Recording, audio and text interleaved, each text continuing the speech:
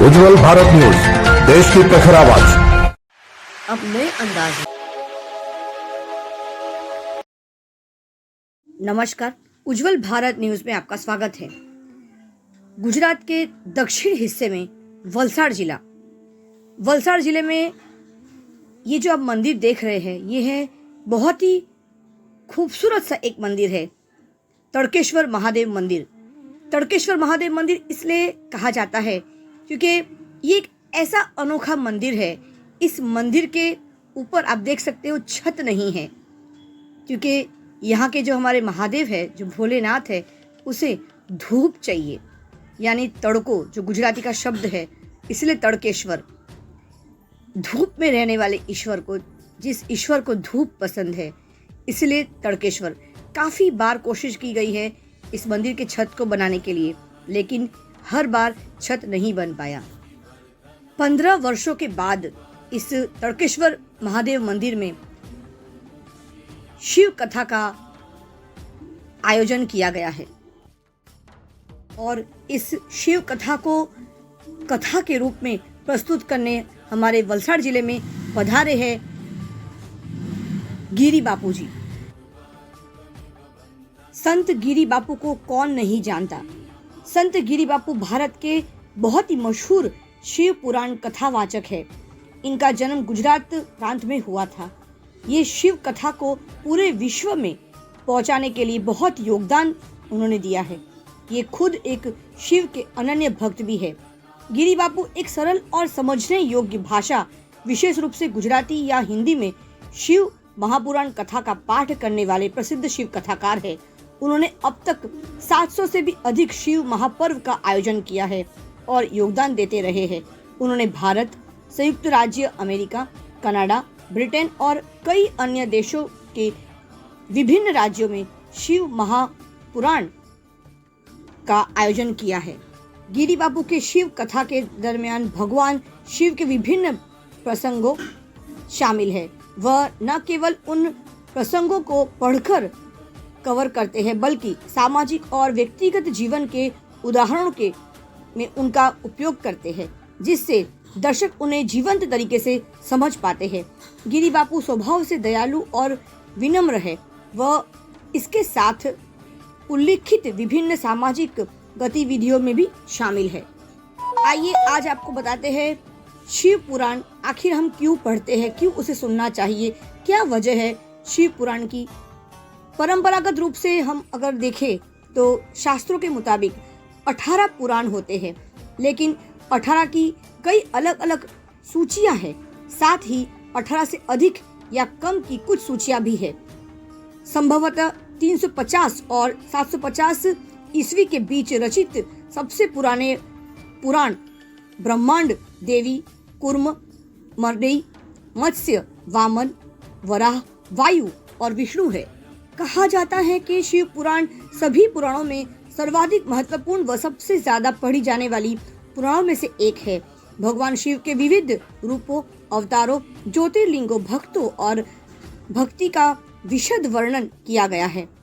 इसमें शिव के कल्याणकारी स्वरूप का तात्विक विवेचन, रहस्य, महिमा और उपासना का विस्तृत वर्णन भी दिया गया है। शिव पुराण में शिव को पंचदेवों में प्रधान अनादि सिद्ध परमेश्वर के रूप में स्वीकार किया गया है। शिव महिमा लीला कथाओं के अतिरिक्त इसमें पूजा पद्धति, अनेक ज्ञानप्रद आख्यान और शिक्षाप्रद कथाओं को सुंदर संयोजन है। इसमें भगवान शिव के भव्यतम व्यक्तित्व का गुणगान किया गया है। शिव जो स्वयंभू है, शाश्वत है, सर्वोच्च सत्ता है, विश्व चेतना है और ब्रह्मांडीय अस्तित्व के आधार है। दक्षिण गुजरात के वलसाड़ जिले में आज तड़केश्वर मंदिर से इसी शिव कथा की शुरुआत की गई। शिव कथा को पारंपरिक रूप से प्रारंभ करने के लिए पोथी यात्रा का खूबसूरत आयोजन किया गया, जहां पर छोटे छोटे नन्ही नन्ही कन्याओं ने इस शिव कथा की प्रारंभ के लिए पोथी यात्रा की गई।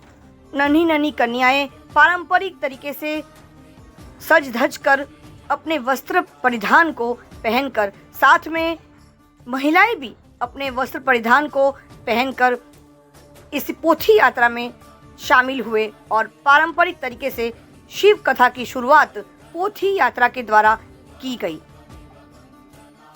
गिरी बापू के द्वारा कथा किए जाने वाले इस शिव कथा में वलसाड़ में हजारों की संख्याओं में हर रोज लगातार लोग जुड़ेंगे और इस शिव कथा का लाभ लेंगे। दक्षिण गुजरात के वलसाड़ जिले के तड़केश्वर महादेव के मंदिर में इस शिव कथा का आयोजन करने का सबसे महत्वपूर्ण उद्देश्य ये है कि कोरोना के समय में जब हजारों लोगों ने अपनी जान गंवा दी है तो उन्हीं लोगों के आत्माओं की शांति के लिए ये शिव कथा का भव्य आयोजन किया गया है। पोथी यात्रा बहुत ही खूबसूरत तरीके से आरंभ किया गया। छोटी छोटी कन्याओं ने इस पोथी यात्रा में खूबसूरत योगदान दिया। छोटी छोटी बेटियों ने सिर पर बहुत ही खूबसूरत तरीके से पारंपरिक तरीके से नारियल लेकर पोथी यात्रा शुरुआत किया और उस पोथी यात्रा को खूबसूरत तरीके से भव्य तरीके से समापन भी किया गया। तड़केश्वर महादेव मंदिर से शुरू किया गया ये पोथी यात्रा वहां से घूमकर धर्मपुर रोड से हाईवे होकर सीधे फिर एक बार प्रदक्षिणा करते हुए चारों दिशाओं को घूमते हुए फिर एक बार ढोल और नगाड़ों के साथ भव्य पोथी यात्रा का आयोजन किया गया। आज से शुरू हुई ये शिव कथा भव्य इसका शुभारंभ किया गया। कल से चैत्र नवरात्रि यानी बड़ी नवरात्रि भी शुरू होने जा रहा है और साथ में शिव कथा का साथ एक अद्भुत सा मिलन होने जा रहा है। एक तरफ शिव कथा, दूसरी तरफ बड़ी नवरात्रि यानी चैत्र नवरात्रि। तो ऐसा लगता है जैसे वलसाड़ की इस पावन धरती पर शिव और माता पार्वती दोनों साक्षात उपस्थित है। नमस्कार, उज्जवल भारत न्यूज में आपका स्वागत है। आज हम यहाँ पे उपस्थित हैं शिव कथा के लिए। आज 3 बजे शिव कथा शुरू होने वाले। हमारे साथ यहाँ पे कंटू भाई मौजूद है, मयूर जी मौजूद है और गिरी बापू भी यहाँ पर वलसाड़ आ चुके हैं कल ही। तो आइए पूछते आज का पहला दिन का आयोजन कैसा है और शाम को सांस्कृतिक कार्यक्रम में क्या होने वाला है। हमारे साथ आयोजन में कंटू भाई कंटू भाई बताइए कार्यक्रम है आज का पहला दिन। आज आयोजन शुरू होगा। આજે 12 વાગ્યા પછી અમે પોથી યાત્રાની શરૂઆત કરી હતી। પોથીજીને પૂરા વલસાડમાં અમે પોથીનું આગમન કરી અને મંડપ ઉપર લઈ આવ્યા છે। મંડપે પોથી પધરામણી કરી। ત્યાર પછીનું બાપુની 3 વાગ્યા પછી પહેલો કથાનો આજે પહેલો દિવસ પ્રારંભ થશે અને કથાની શુભ શરૂઆત થશે આજે બાપુના સ્વમુખે। અને બાપુના કથાનો જ્યારે 6 વાગ્યાનો પૂર્ણાવતીના સમયે એ પછીના રાત્રિના આદિવાસી નૃત્યનો કાર્યક્રમ રાખેલો છે અને સાંજના 6 થી 8 વાગ્યાના સમયે મહાપ્રસાદનું આયોજન રાખ્યું છે। અને આ મહાપ્રસાદમાં અમે વલસાડ અને આજુબાજુની જાહેર જનતાને જણાવીએ છીએ કે જેટલો બને એટલો જે રીતે બને એટલો અમને અને આ શિવ કથામાં અને તડકેશ્વર દાદાના મંદિરે જેટલો બને એટલો સહયોગ કરી અને આ કથાનું અમે શાંતિથી અને સારી રીતે આયોજન પરિપૂર્ણ કરી એવું સર્વ ધર્મપ્રેમી ભાઈઓને અમે નમ્ર અપીલ અને વિનંતી કરીએ છીએ કે આ કથામાં વધારેમાં વધારે લોકો જોડાય, કથામાં સહભાગી બની અને પોતે વધારે રસ ધરાવે અને પોતે આનંદ માણે। ખૂબ સરસ ભાઈ, તમે શું કહેવા માંગશો? આજે આપણે વલસાડના આંગણે કોરોના મહામારીમાં જે અપૃષ્ટિ થયેલા છે એના મોક્ષાર્થે શિવ કથાનું આયોજન કરવામાં આવ્યું છે। આ અમારી આખી કમિટી છે। 8 દિવસના 3 મહિનાના અથાગ પ્રયત્ન પછી આ આયોજન સફળ બન્યું છે। આમાં તો બીજું તો શું કહેવાનું, શિવજીનું નામ છે, શિવ ને જીવ બે એક જ કહેવાય। તો વધારેમાં વધારે ધર્મપ્રેમી જનતા આમાં જોડાય અને જે કાંઈ સહયોગ થતો હોય એ સહયોગ અમને તડકેશ્વર દાદા મંદિર અમે અહીંયા કમિટી બનાવેલી છે। તો અમારી વ્યવસ્થાપક સમિતિ, આ જે આયોજક સમિતિ છે એના તરફથી અમે રિક્વેસ્ટ કરીએ છીએ કે ભાઈ અમને ફૂલની તો ફૂલની પાકે જે બી વસ્તુ સ્વરૂપે રૂપિયા સ્વરૂપે કંઈક દાનમાં મળે તો અમને સફળતા મળશે। પબ્લિક અહીંયા જોડાશે દરરોજના શું આશરે? રોજના 10,000 માણસનું અમે મહાપ્રસાદનું આયોજન અત્યારે રાખેલું છે। વધે તો અમને કાંઈ તકલીફ નથી, જેટલા આવે એટલા અમે તો વેલકમ જ કરશું। પણ અમારી એક રિક્વેસ્ટ છે કે ભાઈ આ બહુ મોટો પ્રસંગ છે અને નાનું યોગદાન બી અમને બહુ મોટું લાગશે। તો બધા કહીએ છીએ કાંકરે સરોવર કરાય અને બધાએ થોડું પેલું પુણ્યદાન કરે તો સત્યશંકર મહાદેવની જય. હર હર મહાદેવ.